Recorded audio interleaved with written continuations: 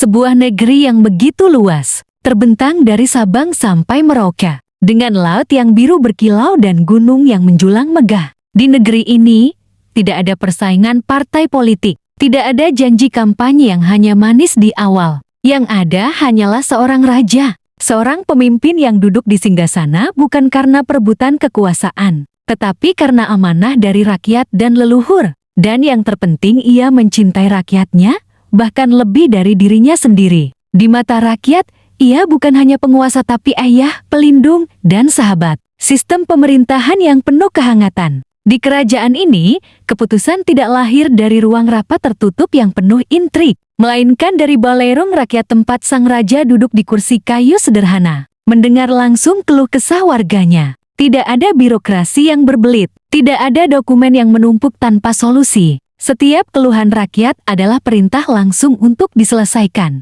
Bayangkan, seorang petani di desa terpencil bisa berbicara langsung kepada raja tentang irigasi sawahnya. Dan keesokan harinya sudah ada pasukan kerajaan yang datang membantu. Harta negeri untuk rakyat, bukan untuk segelintir orang. Tidak ada lagi kata korupsi dalam kamus rakyat. Kekayaan alam negeri ini tidak dijual murah ke asing, tapi dikelola bersama untuk kesejahteraan semua. Setiap tetes minyak bumi, setiap butir emas, setiap hasil hutan semuanya kembali ke rakyat dalam bentuk pendidikan gratis, rumah layak huni, dan fasilitas kesehatan yang terbaik. Tidak ada pejabat yang hidup mewah sementara rakyatnya kelaparan. Sang raja bahkan memilih makan sederhana bersama rakyatnya, karena ia percaya bahwa kemewaan terbesar seorang pemimpin adalah melihat rakyatnya sejahtera. Pendidikan yang membentuk generasi pemimpin, bukan pengikut. Di kerajaan ini, sekolah bukan hanya tempat menghafal rumus atau mengerjakan ujian, tetapi tempat membentuk watak, kreativitas, dan keberanian. Setiap anak diajarkan untuk berpikir kritis, berani berpendapat, dan mencintai negerinya. Guru-guru dihormati layaknya pahlawan, dan gajinya lebih dari cukup untuk hidup layak. Bahkan sang raja sering datang ke sekolah untuk bercerita tentang sejarah, kepemimpinan, dan arti tanggung jawab. Ia tahu masa depan kerajaan terletak pada kualitas generasi mudanya.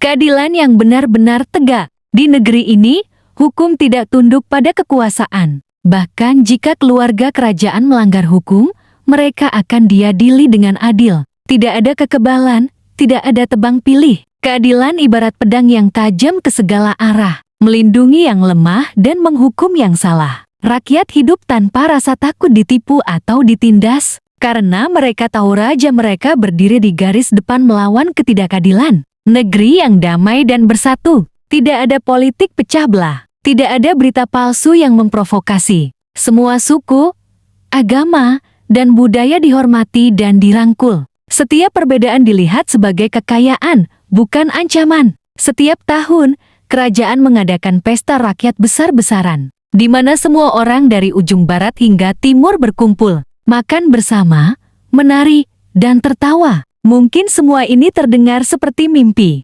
Mungkin kita berkata, mana ada pemimpin seperti itu di dunia nyata? Tapi mimpi adalah bibit dari kenyataan. Jika kita, sebagai rakyat, berani bermimpi dan berjuang untuk itu, mungkin suatu hari, entah di bawah bendera kerajaan, seperti di Provinsi Daerah Istimewa Yogyakarta, terdapat kerajaan di dalam negara atau bentuk pemerintahan apapun, kita akan merasakan hidup di negeri yang pemimpinnya benar-benar setia, mencintai dan berjuang untuk rakyatnya. Karena pada akhirnya, yang kita butuhkan bukan hanya pemimpin yang pintar, tetapi pemimpin yang setia dan tulus mencintai rakyatnya.